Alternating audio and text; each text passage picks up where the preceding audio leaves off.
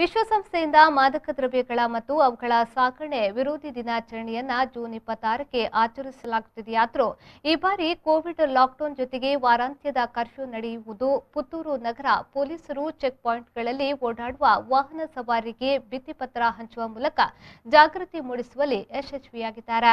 ಗಾಂಜಾ, ಅಫೀಮು, ಚರಸ್ನಂತಹ ಮಾದಕ ವಸ್ತುಗಳ ಶೇಖರಣೆ, ಬಳಕೆ, ಸಾಗಾಣಿಕೆ ಹಾಗೂ ಉತ್ಪಾದನೆ ಶಿಕ್ಷಾರ್ಹ ಅಪರಾಧ ಎನ್ನುವುದನ್ನು ಯುವಜನತೆ ಮನದಟ್ಟು ಮಾಡಿಕೊಳ್ಳಬೇಕು.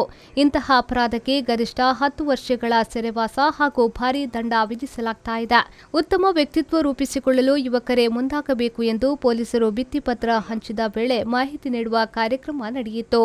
ಎಎಸ್ಐ ಚಂದ್ರ, ಹೆಡ್ ಕಾನ್ಸ್ಟೇಬಲ್ಗಳಾದ ಕೃಷ್ಣಪ್ಪ, ಶಿವಪ್ಪ ಮತ್ತು ಸಿಬ್ಬಂದಿಗಳು ಜಾಗೃತಿಯ ಭಿತ್ತಿಪತ್ರವನ್ನು ಹಂಚಿದ್ರು.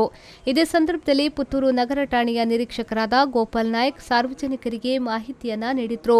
ಎಲ್ಲ ಸಾರ್ವಜನಿಕರಲ್ಲಿ ವಿನಂತಿಸಿಕೊಳ್ಳುವುದೆಂದರೆ ದಿನಾಂಕ 26/6/2021 ಮಾದಕ ದ್ರವ್ಯ ನಿಷೇಧ ರಹಿತ ದಿನಾಚರಣೆ ಇರುವುದರಿಂದ ಗಾಂಜಾ, ಅಫೀಮು, ಇತರೆ ಮಾದಕ ದ್ರವ್ಯಗಳು ಸೇಲಾಗ್ತಾ ಇರೋದರಿಂದ ದಯವಿಟ್ಟು ಸಾರ್ವಜನಿಕರು ಇಂಥ ಬಗ್ಗೆ ಮಾಹಿತಿ ನೀಡಬೇಕು ಮತ್ತು ತಮ್ಮ ಮಕ್ಕಳನ್ನು ಬುದ್ಧಿವಂತಿಕೆ ಹೇಳಬೇಕು. ಇದು ಅತ್ಯಂತ ಅಪಾಯಕಾರಿಯಾಗಿದ್ದು ಇದು ತಮ್ಮ ತಮ್ಮ ಮಕ್ಕಳಿಗೆ ಬುದ್ಧಿ ಹೇಳಿ ಇಂಥ ಚಟಗಳಿಗೆ ಬೀಳಬೇಡಿ ಅಂತ ಹೇಳ್ಬಿಟ್ಟು ಎಲ್ಲರೂ ಅವೇರ್ನೆಸ್ ಮಾಡಬೇಕು ಅಂತ ಹೇಳ್ಬಿಟ್ಟು ನಾವು ಈ ಮೂಲಕ ತಮಗೆ ತಿಳಿಯಪಡಿಸಲು ಬಯಸುತ್ತೇವೆ.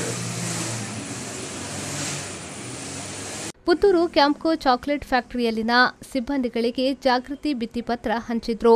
ಈ ಸಂದರ್ಭದಲ್ಲಿ ಫ್ಯಾಕ್ಟರಿಯ ಮ್ಯಾನೇಜರ್ ಅನಿತಾ ಜೆ, ಸುಮನ್, ಭದ್ರತಾಧಿಕಾರಿ Ranganath, chief manager Lakshmana S Dongre, ಸಾರ್ವಜನಿಕ ಸಂಪರ್ಕಾಧಿಕಾರಿ ರಾಜೇಶ್ ಕುಂದಲ್ಪಾಡೆ ಉಪಸ್ಥಿತರಿದ್ದರು.